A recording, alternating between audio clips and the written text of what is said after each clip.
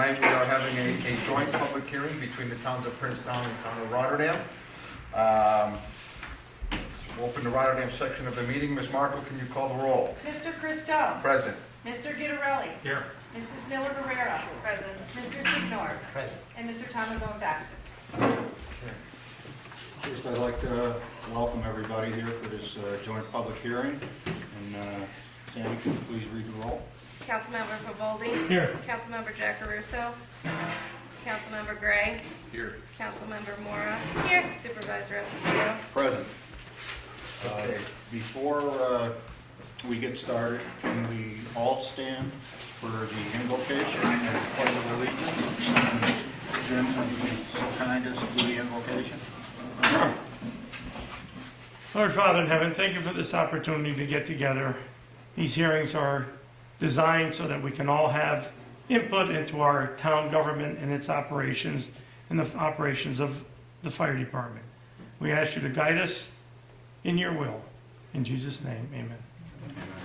Please remain standing for the pledge. I pledge allegiance to the flag of the United States of America and to the republic for which it stands, one nation, under God, indivisible, with liberty and justice for all. Could we all remain standing? As you know, that one of our state police was killed in a tragic accident in Northville, and I'd like to have a moment of silence for him. He was James Monda, I think the way it's pronounced, Monda. He was at the Princetown barracks for approximately 18 years, off and on, and I'd like to give our condolences to his family, and I'd like to have a moment of silence for him.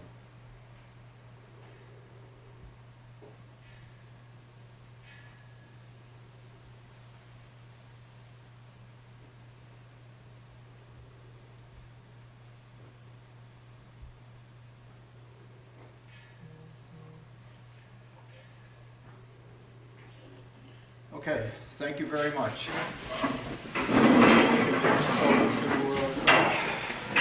Very good. We can read our roll. Yes, we did. Also present is our town attorney, Gerard Parisi. All set, thanks. Welcome, folks. The purpose of this hearing tonight, brought to you again by the towns of Princetown and Rotterdam, is to discuss, and we have to give you the ability to discuss and ask questions about the formation of a fire district here in Plotterkill. And we're going to go over what a fire district is. It's a little bit different than the current configuration that we have now, where the fire company contracts with each of the towns. It would bring it more in line with what everybody else in the towns of Rotterdam and Princetown have, which is a fire district, which is a separate, self-sustaining governmental entity under which the fire company would operate. I'm an attorney, cut my teeth in Rotterdam at the Carmen Fire Department. I'm proud to say that big yellow fire engine out there was, I drove it before any of you did, and I rode on the back step for a number of years too, back when they used to allow that. So let me stand over here. Actually, I can't stand over here. I'm going to stand over here if you don't mind. I can move if you need to. Okay. Like this work. Okay. Right now, Plotterkill is a fire protection district. That means that every year or every few years, it has to contract with the towns to provide fire protection. The towns are responsible for providing fire protection, and they hired Plotterkill as a vendor, if you will, to provide that protection. It's a contractual relationship between the towns and the fire department. With the formation of a fire district, the towns are taken out of the equation, and what would happen is it eliminates the responsibility of the towns for fire protection. And that obligation that's in the law, it's in these two towns right now for this area, would be placed into an independent fire district. And a fire district is very much like a school district. It's governed by 5 commissioners, kind of like the Board of Education. They're uncompensated, and they would be the governmental entity that would oversee the provision of fire protection in this area.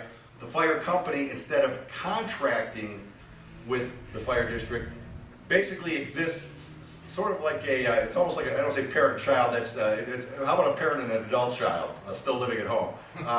The fire district will not give a check every year to the fire company, but the fire district becomes responsible for making sure the fire company has all of the things it needs to provide fire protection. So that's basically how the relationship changes. But I guess the biggest benefactors are the towns because they get out of the fire business. I don't know that any of them wanted to be in it in the first place. And control of firematic operations then comes under the Board of Fire Commissioners. Typically, it'll be 5 commissioners. The initial board will be selected by agreement between the towns. It's part of the going forward process. There will be names that I know the fire company's going to recommend, but it's up to the towns to select the initial Board of Fire Commissioners. Being a fire commissioner in a brand new district is kind of like being an executor to a will. I tell people to come in, do their wills. Who you really don't like, okay? Because there's a lot of work involved, particularly in setting up an initial fire district. So these first 5 commissioners have a lot of work cut out for them.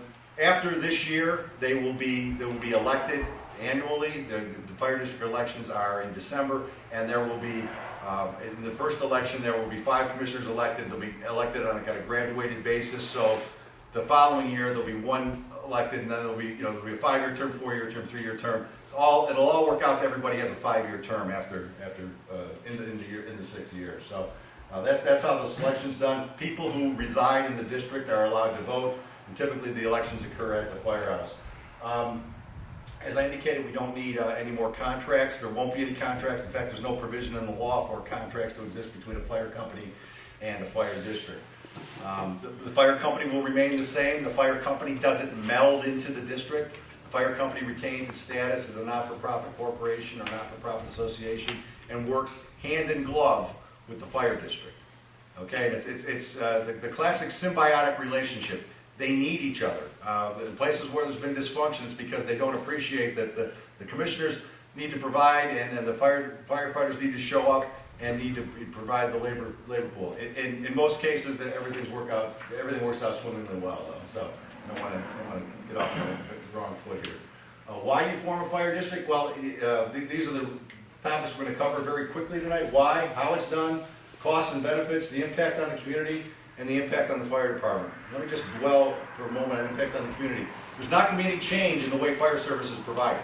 If you live in this district, or you live in this area, this protection district, you dial 911, Plotterkill's coming along with the automatic mutual aid companies and various other companies. That's not going to change at all. The delivery of the services is going to change.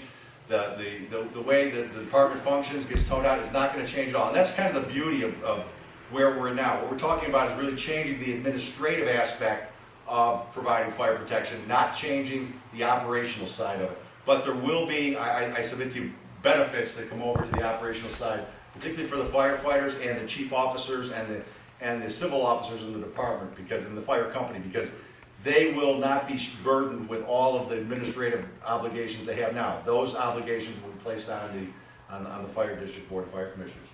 Why it's done? Fire districts provide an efficient administrative organizational structure. Basically, it's administration and governance we're talking about here.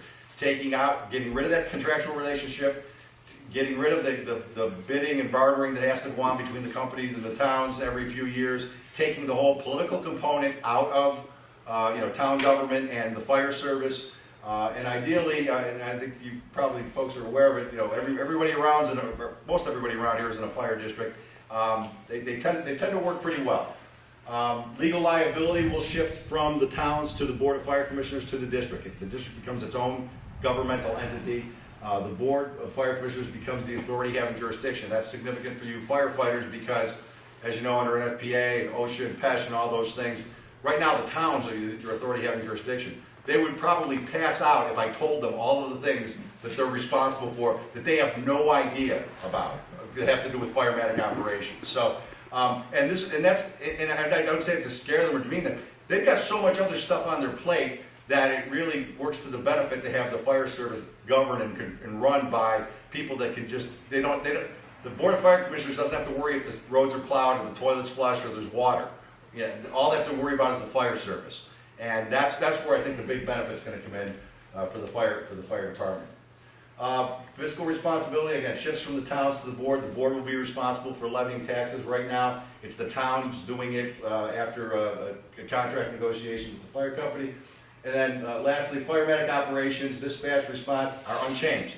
Okay, it's gonna be, some of you are old enough, my age, I went to school one day, I came home, it was Esso gas in the gas station. I went to school the next day, it said Exxon, okay? It was the same gas, it was just a different sign, okay? It's gonna be just like that. There's not gonna be any change in what goes on there. It's literally just an organizational change, okay? There's uniformity, continuity, governance, budgeting, taxation. Not in either of these towns, but you would be surprised that some towns can get really dysfunctional. Villages even more so with respect to how fire companies, fire departments are operated. This will keep it all under the administration of 5 people whose only responsibility is to make certain that you firefighters have what you need and that the service is provided at the most economical and efficient means. All the commissioners have to reside in the fire district. Okay, you're not going to get anybody from outside of the district coming in and levying taxes. So that, everybody has to, and that's one of the better things. Everybody's going to be, the people on that board are going to be people that have to pay the taxes as well. And ability to provide for long-range planning. This is probably the most boring, but the most important, because the Board of Fire Commissioners can project into the future. Hey, we're going to need a new roof in 25 years. We need a new boiler in 3 years. We're going to need to replace that nice yellow engine out there with one that is more, fits the Plotterkill color scheme. All right, in 5 years or whatever. So they can plan that. They can build their budget around it, and it's not so much living from hand to mouth like you do when you're a contract company. They have the ability under the law to establish reserve funds to actually save money, the classic rainy day situations. Why it's done? This is the point I like the most. There's an established body of statutory case law. It's real easy when we have fire district questions. There's a long-standing body of law. There's a couple of cases out there that happened with towns that, when there was a liability on the fire department, towns didn't know they were on the hook for it. Okay, firefighter makes a left-hand turn, you hit somebody going to a call. If they're in a fire protection district, that's the town's responsibility. If they're in a fire district, it's the fire district's responsibility. If something burns down and it shouldn't have, again, in a fire protection district, that's the town's responsibility, not the fire department. So there's that. It kind of lines things up the way you think they ought to be aligned. Provides a better method for budgeting and taxing. The Board of Fire Commissioners spend a 3 months out of the year planning on the budget, doing the budget and figure out what the tax levy is going to be. In year 1, I can tell you it's not going to be that much drastic. There's not going to be a drastic change. It's not going to be that much different than it is this year in 2022. It won't be much different in 2021. It will cost more. I'm not going to lie to you. It will cost more because you're creating a layer of government that needs to have a photocopier, a computer, a secretary, and a treasurer. But those costs will yield dividends in a different way, and I'll tell you about that in a minute. When the district is formed, this aspect of fire protection comes off the town's 2% dole, which is, these people will be doing cartwheels out of here. It's called a transfer of services. So right now, your fire protection contract is subject to their 2% limitation. It will now be subject to the Board of Fire Commissioners' 2% limitation. And that's an important thing because if the town needs a new salter or a filtration plant or something, and you need a new fire engine, you're way down on the pecking order. Okay? Whereas with the fire district, you're the only priority they have. The district has to do annual reporting to the state controller. That's required. Again, it's a financial kind of a health statement. Annual audit, if their revenues exceed $300,000, we're nowhere near that. Right now, we're at $125,990. We're not going to be approaching that mandatory audit level, but at some point, I would hope that board, no matter what their budget is, would secure the services of a CPA to audit it. And again, there's no money right now. You can audit it easy right now, it's zero, but it's not a bad practice to have. In fact, it's the best practice. And annual budgets are subject to public hearing. Every October, typically the 3rd Tuesday, but now with the outgoing governor just signed a law that changed that. So the 3rd week in October, there will be a budget hearing. The Board of Fire Commissioners will have their proposed budget done in September. That'll be presented the 3rd week in October, and it'll be open for public comment. You can come in and see, here's where the money's going, here's where it's spent. You don't have that now. There is a hearing with fire protection districts, but it's typically just the fire department going in and asking the town to approve the contract. How it's done. Okay, we're all moving along. Point number 2, how it's done. Resolution by the town board is to conduct the hearing. That's been done. Conduct the public hearing. That's what we're here doing right now. And there's essentially 3 questions that each of these boards is going to have to answer. And they are, is the formation of a fire district in the public interest? Are all properties within the district boundaries benefited by the creation of the district? And are all properties that are benefited within the district's boundaries? Now, there's going to be an ancillary benefit to some outlying property owners. If you live on the line, obviously, you're going to get a benefit from having Plotterkill. But these are the three questions. These are the three legal tests that have to be satisfied by these town boards to approve the establishment of a fire district. Okay, let's see. Let's click. Okay, costs and benefits. Okay, tax levy is uniform across the district. Well, it sort of is now because the contract goes into both of the towns. But when just like with a school district, you'll see that this is the cost for fire protection. This is going to be the cost in each town. Because there's such disparate equalization, for lack of a better term, in the two towns, it's tough to do an apples to apples unless you do the equalization rate comparison. We've done that. Actually, that information's on file at Town Hall. But it will allow a more uniform levy of taxes for people across the town. You'll have the tax rate for the fire district. You'll have the tax rate for what Princetown is. It's probably in the $3 neighborhood because your assessment is about your equalization rate's about a third of what Rotterdam's is. So Rotterdam will be around $1.08, $1.10, which is what it is now per thousand. Princetown's more only because your assessed valuation is a third of what Rotterdam's is. Governance is by the independently elected Board of Fire Commissioners. Again, similar to a school board. Just like school boards have their own elections, so do fire districts. They will always be the second Tuesday in December. There's a whole statutory process that we have to go through. If you're interested in running, we can help you out. Commissioners are appointed initially, as I indicated, and then they run, and they'll each have a 5-year term after the first election. Commissioners are the only entity that has to go through mandatory training. This was a law that was enacted in 2007, and basically to train them how to be commissioners. And cover all of the subject areas, the administrative areas. The board is trained in fire service administration. That's something a little bit different than the state mandated training. There's a whole lot of stuff out there that we as firefighters know that the AHJ needs to know. When the chief goes in and says, I need bailout ropes, I need SCBAs, I need to have fit tests, I need to have physicals.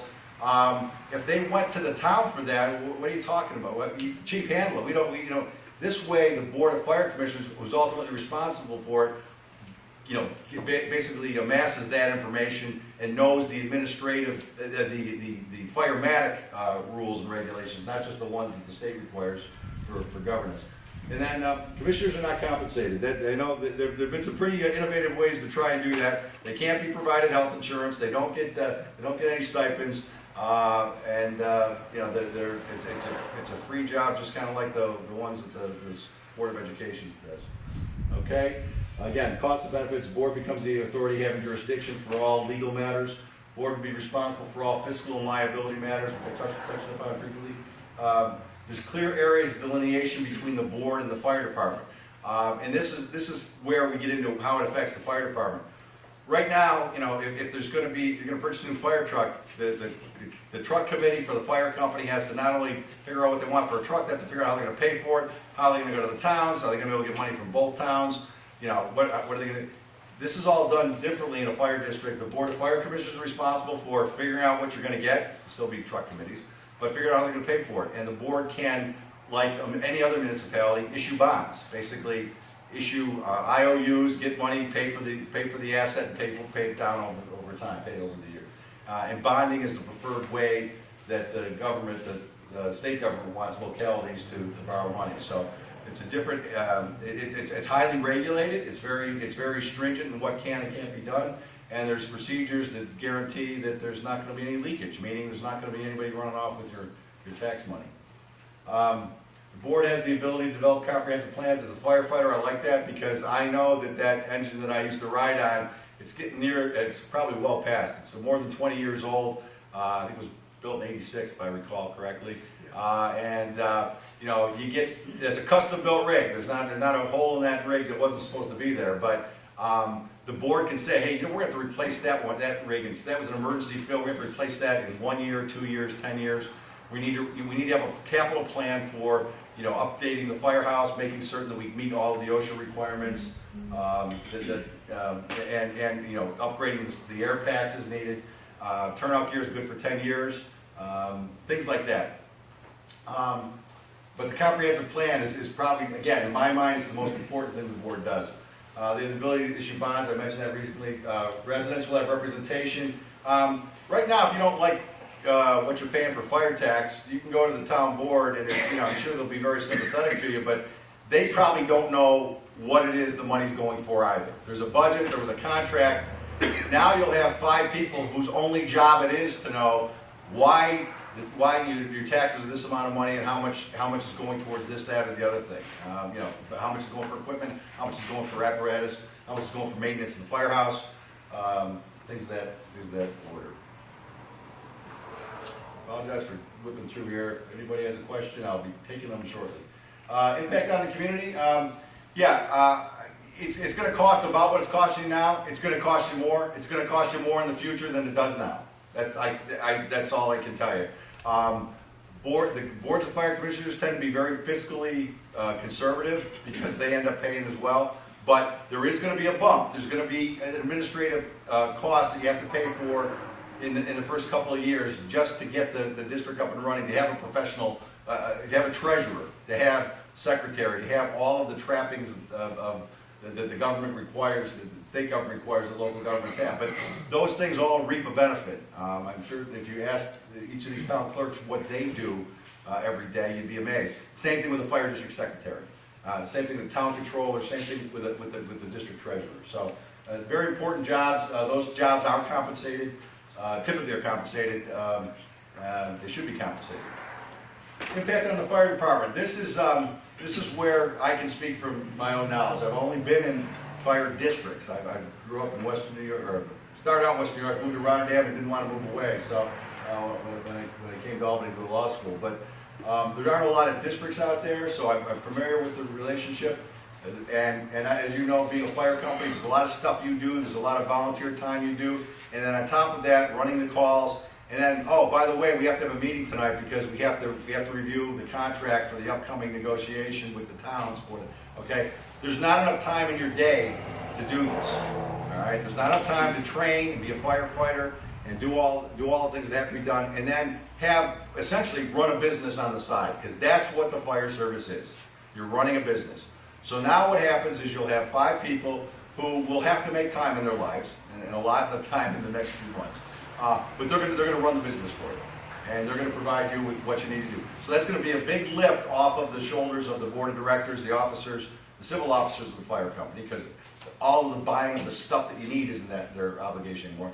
And primarily off the chief and the chief officers, because they will report to the board. They'll go in with, hey, the board, I need this. The chief actually works for the board, is obligated to implement the board's directives.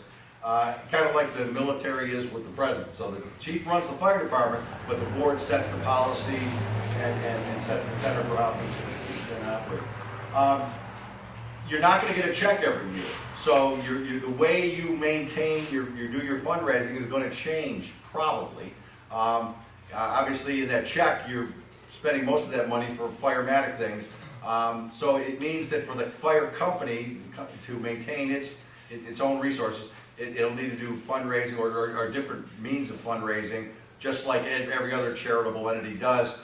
The nice thing is you're not buying fire trucks with it. You're not paying for fuel with it. You're not paying the electric bill for it. Eventually, there will probably be an agreement for the use of the firehouse and whatnot. All things that have to be ironed out. But that's typically what happens because the fire company owns everything right now. I would imagine most of the assets, at least the rolling stock and all the equipment, will be turned over to the fire district. Those apparatus, they look nice, but they're not any different than horses. You have to feed them and clean up after them, okay? And it becomes a very expensive proposition. So, not to slight anybody, but my feeling is that the people that don't get out of bed at 3 in the morning ought to be paying as well as me. So, and then the savings, and again, this is the big one. It's to the firefighters in their time and their hours. I would much rather spend 3 hours or 8 hours training than I would 8 hours in a meeting doing budgeting and planning or flipping chickens or pancakes because we got to buy 2 new tires for the apparatus, and that kind of stuff does go on. Okay, here's the protection contracts right now. quick math in my head, 125,990 was the total contract amount. I expect that's gonna stay the same. This is where I'm technologically challenged, but I managed to get this all together. So this is a copy of the statement that's on file with each of the towns, using the assessed values from both towns this year. And the red is, I've just added, the final assessment rolls for 2021 were just completed. Those are the red numbers.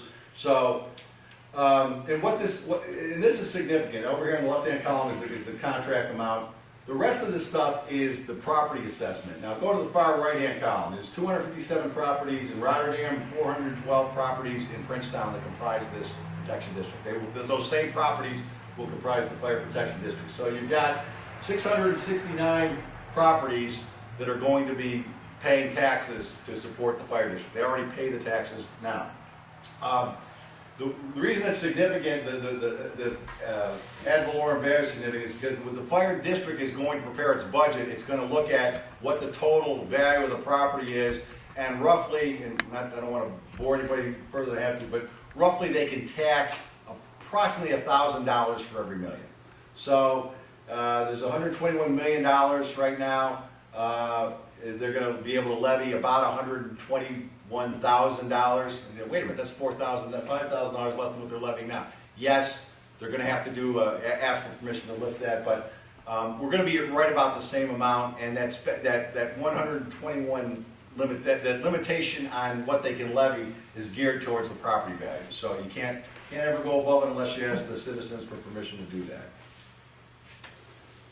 Expectation, again, the tax levy will remain about the same, although there will likely be an increase in expenses. Okay, I'm telling you, I wrote that, there will be an increase. There has to be an increase because we gotta pay for this, to get this other thing off the ground. And then the charges for that become charges of the district. The district becomes obligated to pay all of the expenses going forward. Questions?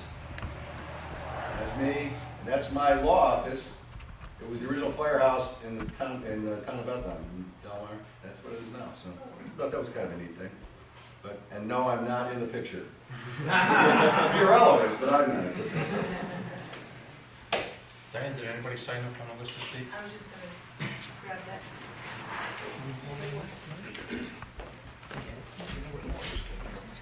Yes. I'd share, but No, not during COVID. So I'm not sure if everybody was here when I said if you wanted to speak, you had to sign up, and there's just one on here, Dan Brutus. Is there anyone else that wanted to speak? I don't have much to add. Terry's done an excellent job of going through the process and the pros and the cons, and I'm just happy to see both towns here, and we're looking forward. I think as a fire district, the ability to do long-term planning is really important to us.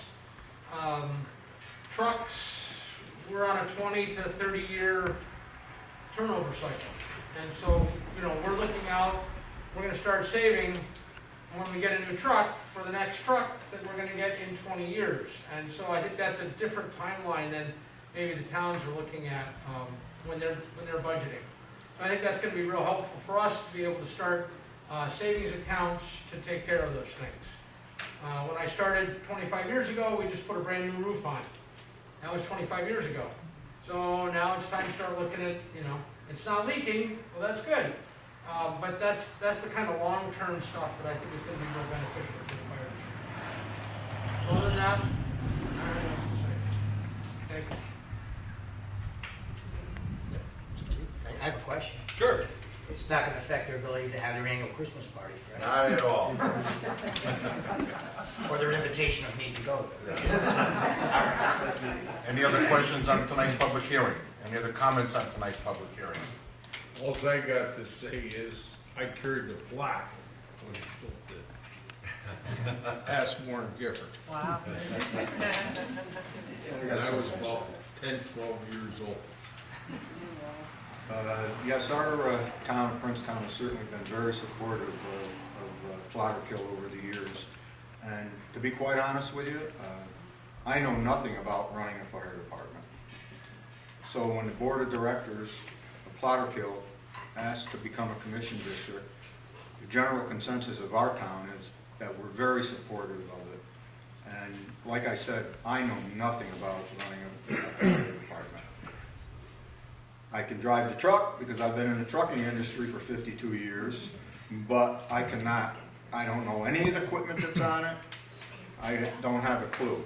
It's all I know about fighting a fire is, if you have a fire, you throw water on it. If it's a chemical fire, I don't know what to do. I call 911, and the fire department shows up, or if I have a medical emergency, which I had at one time, the EMTs or the paramedics show up. It's usually from the fire department. And I do thank, and our town thanks all of the volunteers in Plotterkill for their dedication and service. I think the town of Rotterdam sits in the same position as our friends in Princetown. And again, on behalf of the town of Rotterdam, thank you, all of you, for your service, because it takes each and every one of you to make it work. And as Terry said, you know, those of us who don't have the, don't have to get up at 3 in the morning, you know, there's an obligation to the community that I think this is a great move and a long time overdue, if nothing else. So again, hearing no other, One more Yes, quick comment.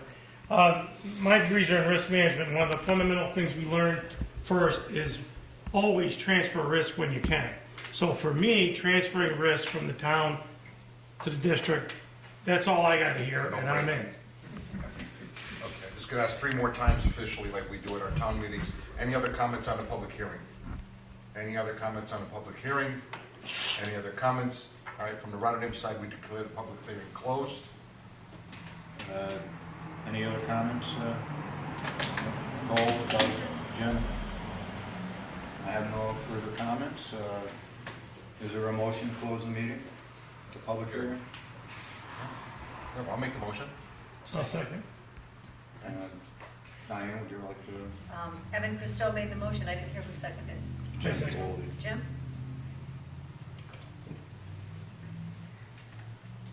So Mr. Christo To close the public adjourn, hearing, close the yeah. meeting? Close the hearing, yes. Hearing, okay, yes. Yes. Mr. Gittarelli? Yes. Mrs. Miller-Herrera? Yes. And Mr. Signor? Yes. 4 yes. Sandy, could you read the? Councilmember Goldie? Yes. Councilmember Gray? Yes. Councilmember Mora? Yes. Supervisor Esposito? Yes. Public hearing is closed. Public hearing is closed. Any other business? No, right? No. Thank you, everybody, and again, thank you for your service. Thank you very much. We appreciate you all coming up.